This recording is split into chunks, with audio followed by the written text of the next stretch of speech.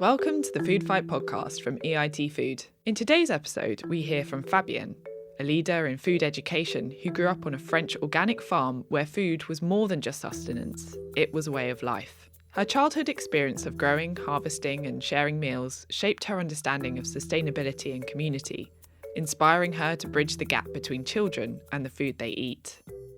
Hi, I'm Fabienne Ruault. I work at EIT Food and I lead the Food Educators project. So I was raised on a French organic farm where food wasn't just something you ate.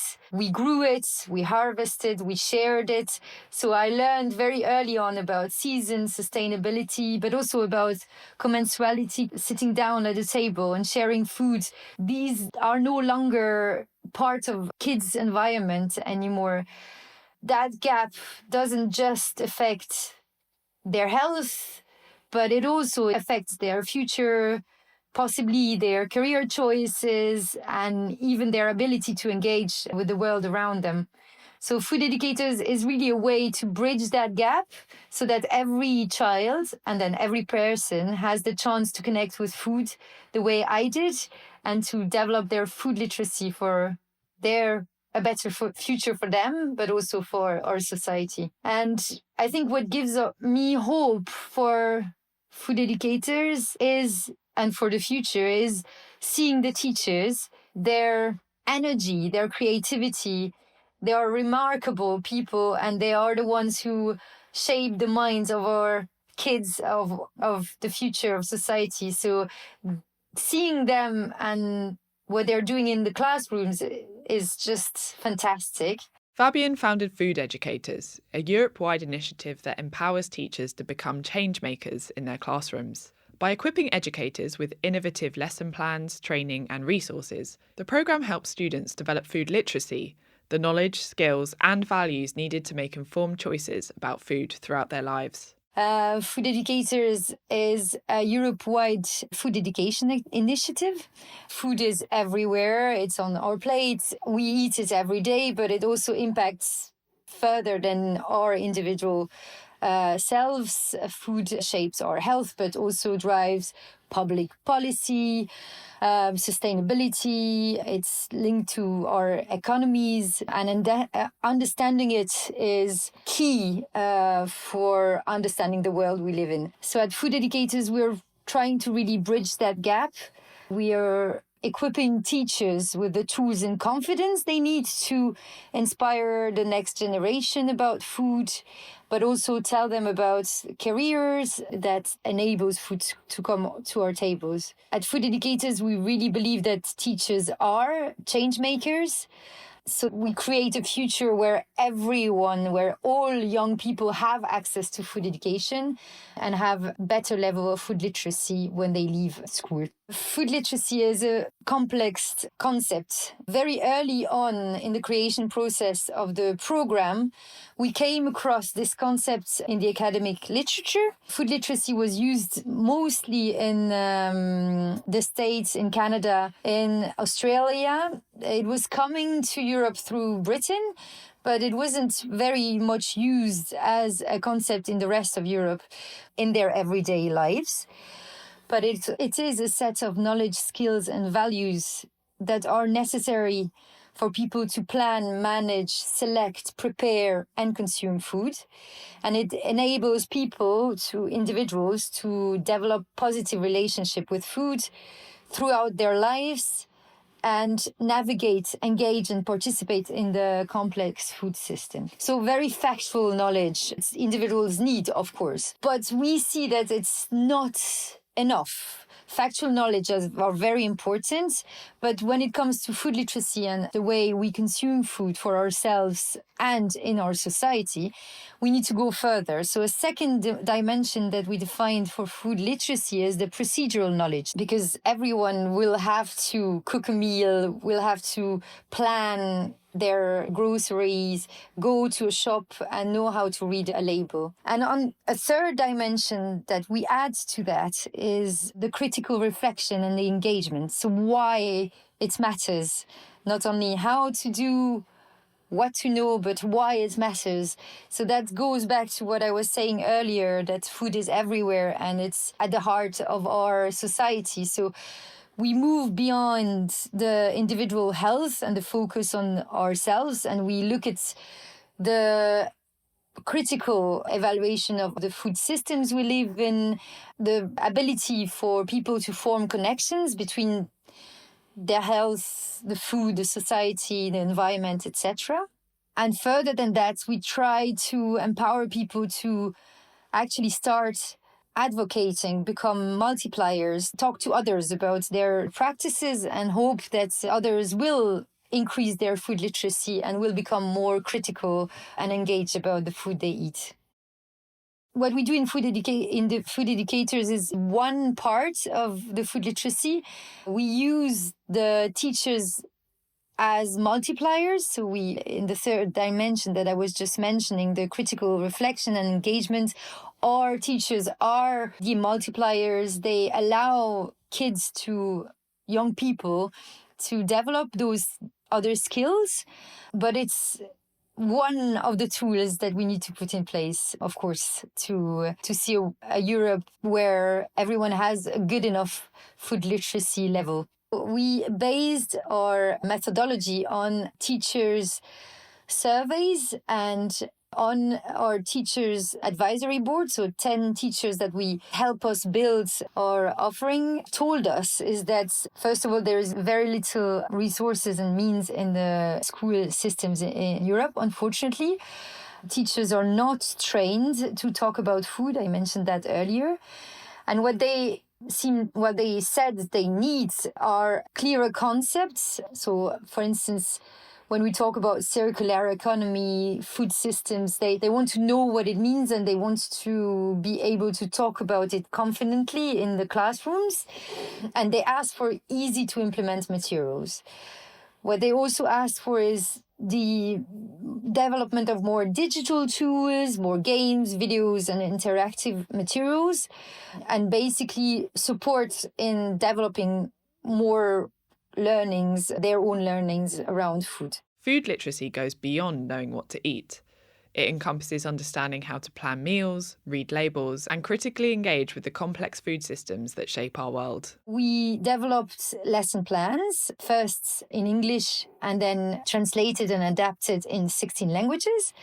Our lesson plans are developed around different topics. They are challenge-based, playful, around system thinking, and they really focus on key food literacy dimensions, so healthy eating, sustainability, systems mapping, systems thinking. On this basis, we've developed a training methodology for teachers to build this knowledge and confidence. So we are giving them very easy lesson plans to implement in classrooms, and we are also building their confidence and their knowledge during training.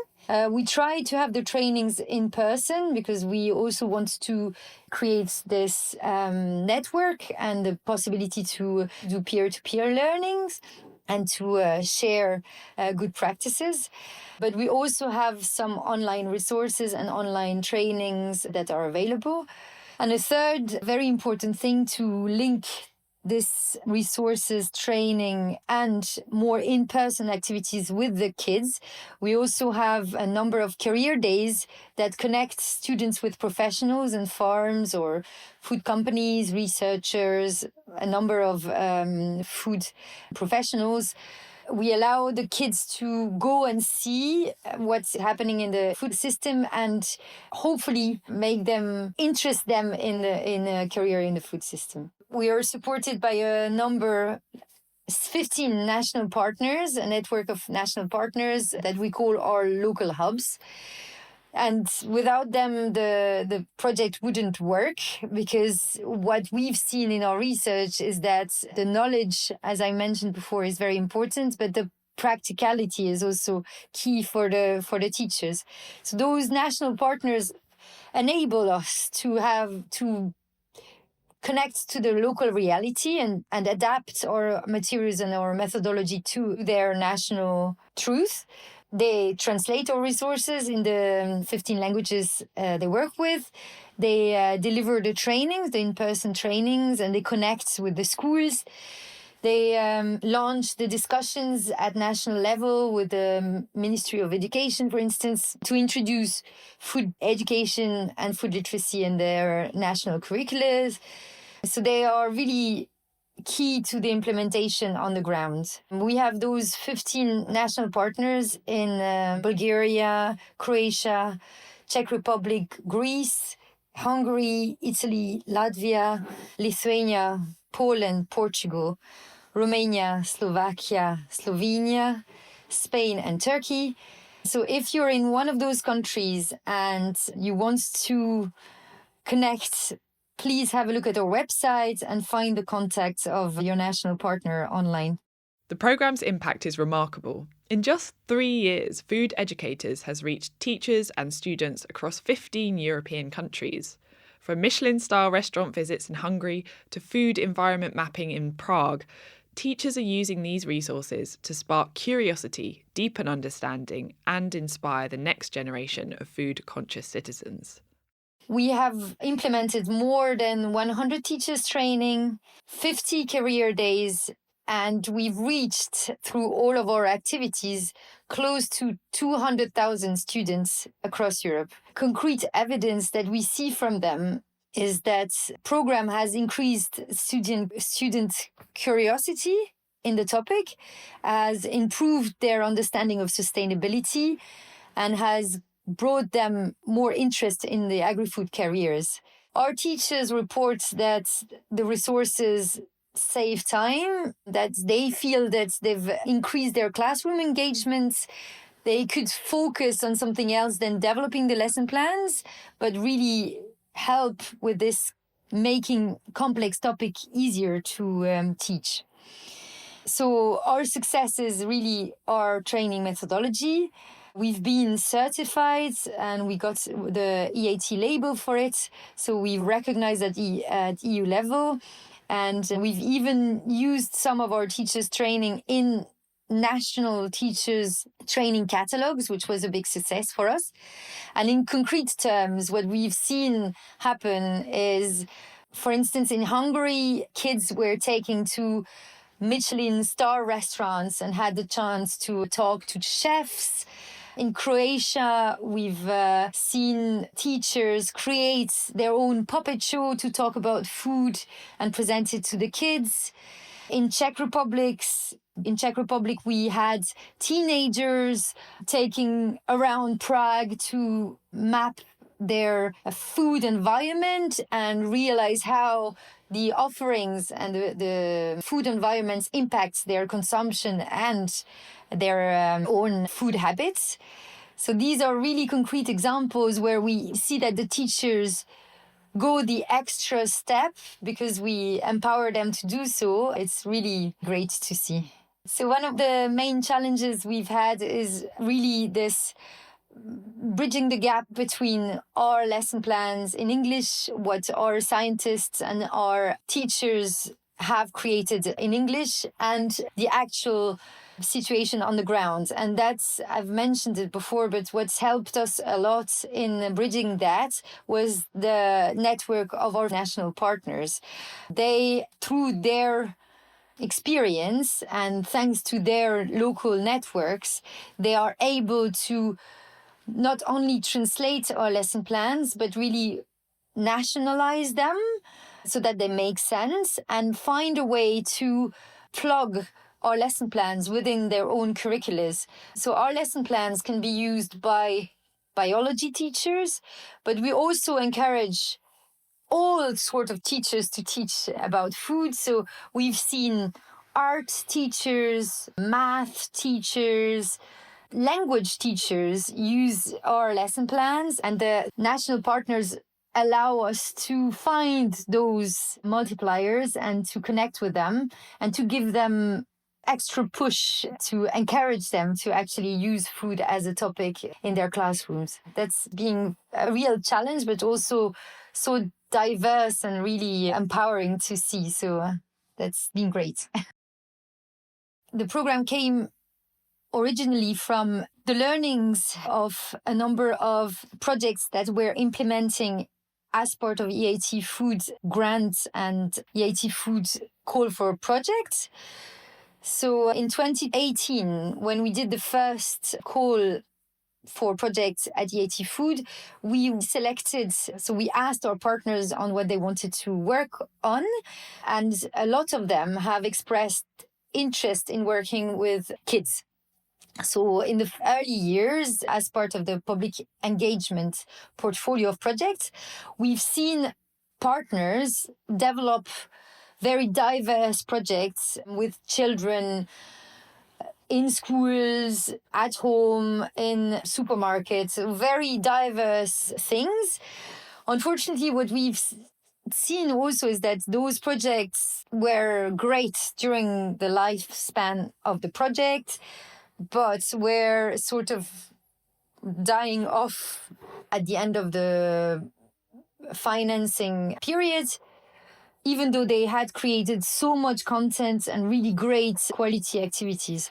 So what we've done is we've sort of tried to put in place a strategy, an umbrella project that would be able to reuse all of this content and find a way to make it as sustainable as possible and as, of course, also targeted as possible. And that's how Food Educators came to be. In 2022, we did a sort of proof of concept project where we had a working group for 6 months think about the best way to reuse this content and put it into a concrete program. And that's where we decided to really focus work on the teachers and allow for this multiplying effect to happen.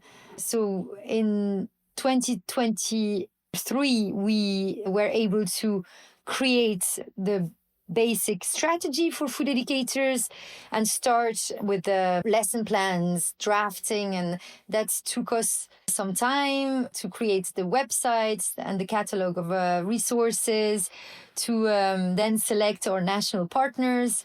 In 2023, we had the 15 hubs selected.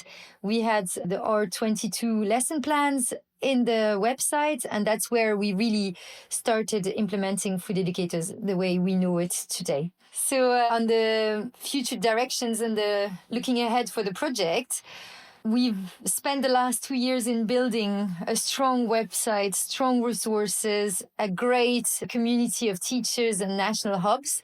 So what we want in 2026 and for the years to come is really to maintain this alive, to continue providing teachers with the trainings and with webinars to develop their skills and knowledge, continue offering our content for free, our lesson plans on the website, and building our international school network further. We are always looking for partners for new visions. So again, if you want to collaborate, reach out, go to our website, foodeducators.eu, and we'd be super happy to start discussions. Fabienne's vision for food educators is clear. Create a sustainable, accessible platform that keeps teachers supported and students engaged. By maintaining free resources, offering ongoing training, and building an international network, she's ensuring that every young person in Europe has the opportunity to develop the food literacy they need for a better future. Thank you for tuning in to this week's episode of the Food Fight podcast. If you'd like to find out more, then check out the EIT Food website at eitfood.eu and join the conversation via the hashtag EITFoodFight on LinkedIn. And of course, if you haven't already, please hit the follow button so you never miss an episode.